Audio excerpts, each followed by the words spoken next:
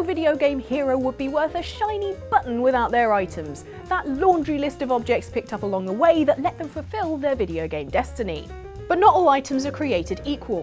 While some are harmless enough, others are so haunted, creepy, or just totally horrible that we can't wait to be rid of them. Ugh, do I seriously have to keep this thing in my pockets, next to my phone, keys, and health potions? Gross!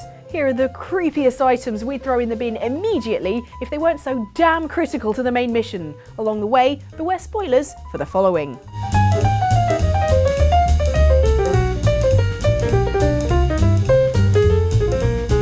This town, there's something wrong with it. It's kind of hard to explain, but... Is it dangerous? Maybe. And it's not just the fog either. On the face of it, you'd think it would be useful to have a knife in Silent Hill, a town so replete with monsters, you'd be grateful for just about anything with which to defend yourself.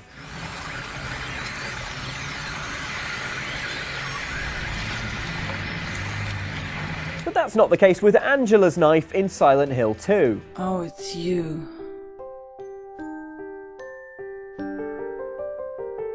Yeah, I'm James. It's a largish kitchen knife in the possession of Angela Orozco, a deeply troubled young woman who has her own traumatic psychodrama playing out in America's scenic fog capital. It's not all about you and your late wife, James. Jeez, thanks for asking. This is the knife that Angela is contemplating killing herself with, and if that wasn't dark enough, and in Silent Hill it never is, it's seemingly the knife she once used to kill her abusive father. The same abusive father who manifests in Silent Hill as a four-legged bed monster covered in putrid skin. Which I guess would explain the bloodstain that's already on the knife. Yikes. The knife ends up in your possession after Angela asks you to take care of it. What about that? Will you hold it for me? Sure. No problem. If I kept it, I'm not sure what I might do. And from then on, it sits in your inventory, weighing you down and being utterly useless as a weapon because you can't even equip it. Not that it would do much good in a fight with old Pyramid Head. He'd be all like, "You call that a knife? This is a knife."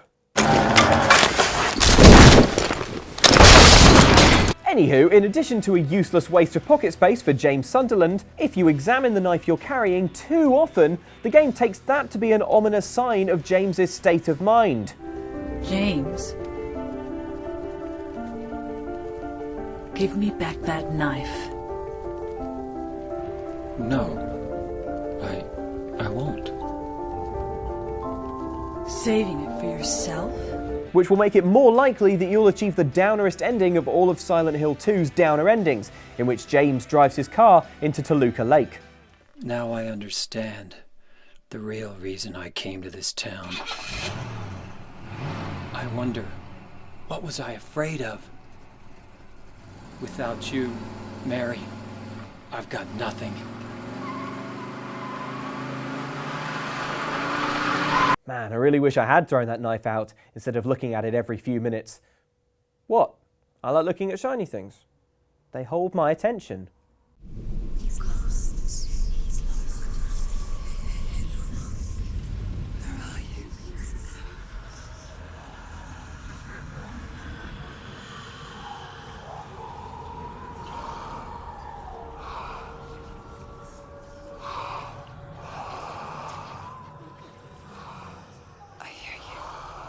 They say there are 5 steps in the grieving process: denial, anger, bargaining, putting a head in a bag, and acceptance. Wait, go back one. At least those appear to be the steps taken by Senua, the protagonist of recent moody mythological adventure Hellblade.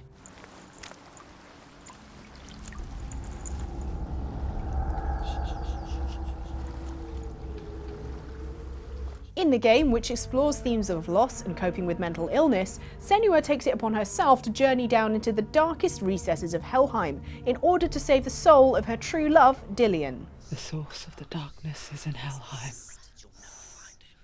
and the goddess Hela holds his soul there.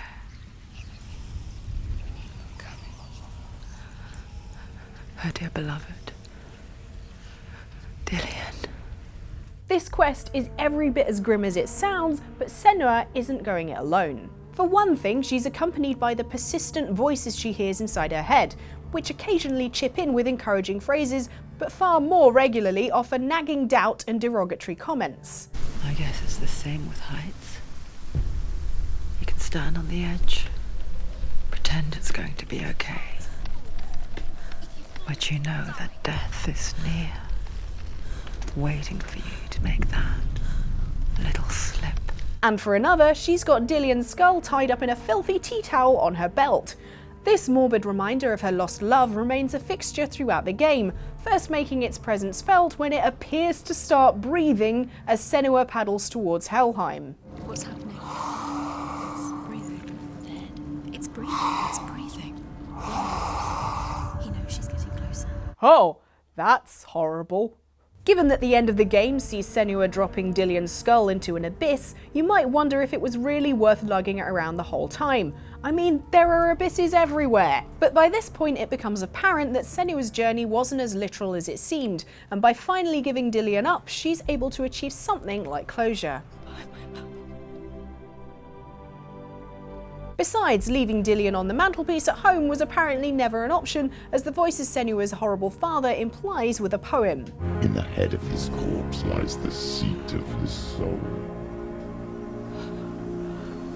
So you must carry his vessel to bring him back home. Well, old Dillion's head, it kind of smells bad, so I'll leave it at home if that's cool with you, Dad.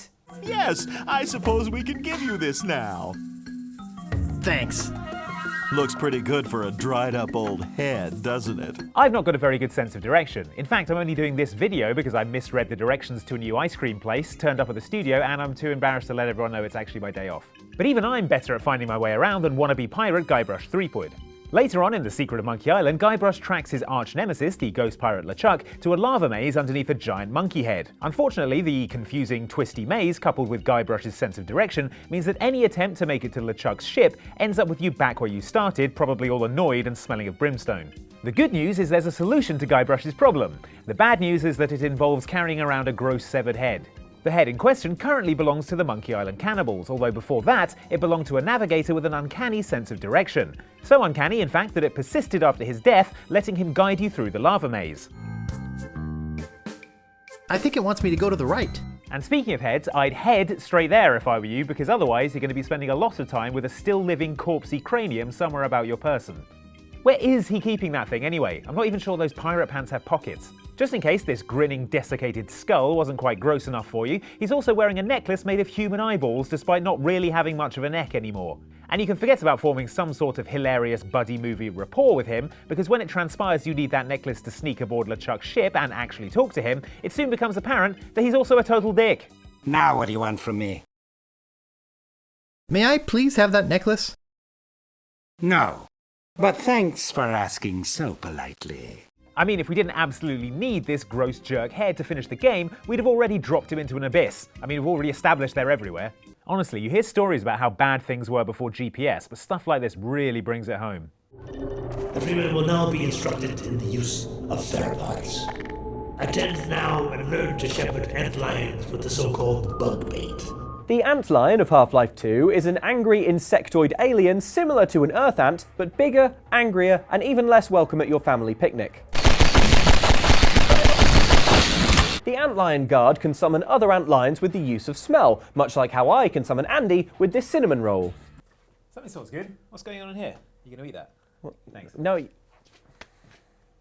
The key to dealing with these insectile jerks is therefore tricking them with the smells they use to communicate, known as pheromones. And to do that, you need to get your hands on the glandular sac they use to make smells, known as a theropod. The theropod, if you couldn't tell from the phrase glandular sac, is not pretty, and neither is the process of getting your hands on one. The freemen will do wise to heed our extraction of the myrmidon's aromatic theropods. The process is not entirely hygienic, therefore stand aside. Wait, what do you mean not entirely hygienic? The freemen will have need of these theropods on the paths ahead. Gather them now. Ugh, can I get some rubber gloves? Tongs? Hand sanitizer? But no, none of that. Gordon has to seize that sack in his hands, where it looks like a pulsing fleshy meatball covered in wobbly nodules, and that's the grossest thing I'll have to say today. Wow, didn't think anything could top four-legged bed monster covered in putrid skin. So now you have to run around with decreasingly fresh alien glands in the pockets of your HEV suit, and that's when you're not squeezing the smell out of them like a stinky stress ball. Apply pressure to your theropod to signal the Antlions in your command to follow you. Ugh. Hey though, look on the bright side. 1, Antlions won't attack you while you're carrying their boss's scent glands. 2, you can make Antlions attack your enemies by lobbing a theropod at them.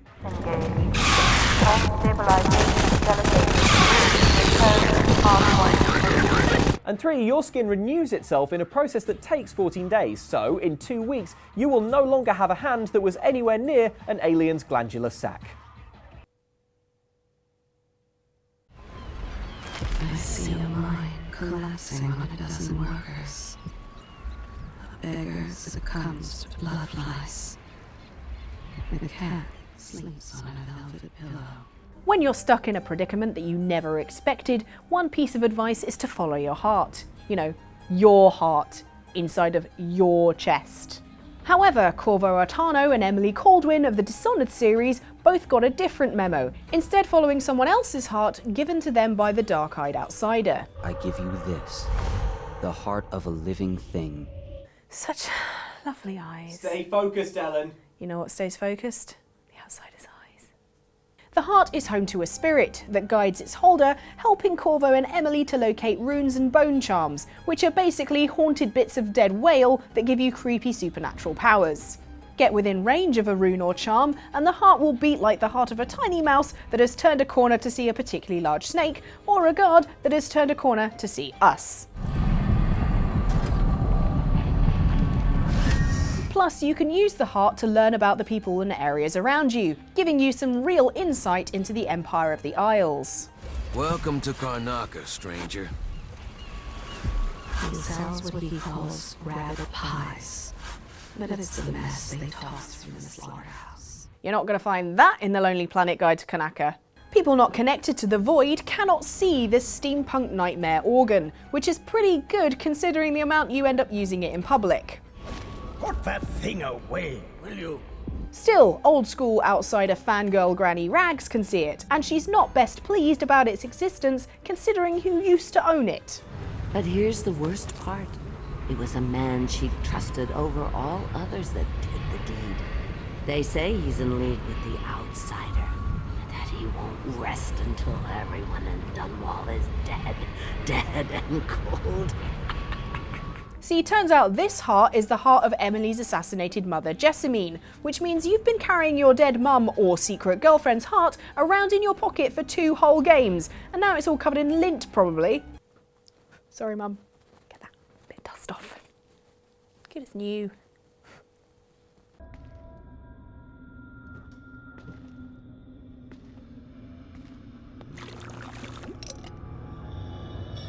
The enemies in the Evil Within series are not very pleasant. Is the statement the one we first prize at this year's annual Obvious Statement Awards? Can't believe I finally took home an Obvi. Their extreme unpleasantness means you're going to want to stay as far away from them as possible to stop stuff like this happening.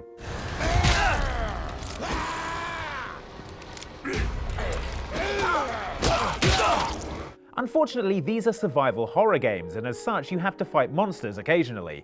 That's the bad news. The worst news is that once they're dead, you're probably going to have to go rooting around in their guts for something that the game calls green gel. Green gel is a gross viscous ooze that bubbles out of the game's various nightmare creatures after you finish ventilating them with a firearm, and is probably in most people's all-time top 3 of things they don't want to get their hands anywhere near. Not so Evil Within protagonist Sebastian Castellanos, who, as we can see here, is perfectly happy to get down on his hands and knees and really get elbow deep in the stuff. That's because, gross as it is, green gel is actually pretty vital to your continued aliveness in the Evil Within, as it can be jarred up and used to unlock new skills and abilities for Seb, which for some reason takes the form of him being electrocuted in the brain by an electric chair. It's the Evil Within, it was hardly going to be a hot tub full of candy, was it? Sometimes you find the stuff pretty jarred, which does away with some of the ick factor, but let's not forget that presumably, Sebastian is carrying these fragile glass jars of gross green goo somewhere on his person.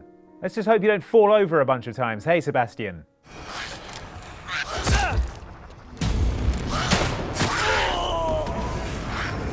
Who could have predicted?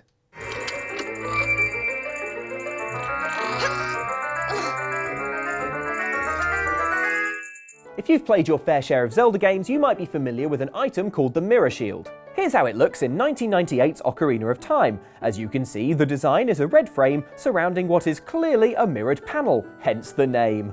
Lovely stuff, and certainly there'd be no reason to change things up significantly for the next game in the series, Majora's Mask, in which the Mirror Shield looks like this. What in the hell? Why the Mirror Shield now has a face on it is anyone's guess, and the same goes for why that face appears to be screaming. It seems like a needlessly distracting addition to us, especially considering the Mirror Shield's job is the same as it ever was, i.e. not absorbing light, but bouncing it back at other things to solve puzzles. Terrible. And why do I get the feeling that it's looking at me? Wait, did it just move? Everyone else saw that too, right?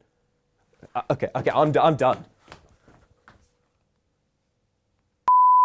So there are some of the creepiest items in games that you have to carry around with you all the time. Even more creepy than a device that knows your every movement and what you do on social media every single day. Ooh, yeah, see what I did there? It's not that clever. Anyway, can you think of any other creepy items that you've carried around in a game and had to lug around with you and you really didn't want to? Let us know in the comments down below. And if you enjoyed this video, then maybe you should check out one of these videos here. You should go and click on those. I promise not all of them are creepy and weird. And also you should subscribe because I promise we're not all creepy and weird. We're very good and we make good videos that you should hopefully like. And we'll see you next time. Bye.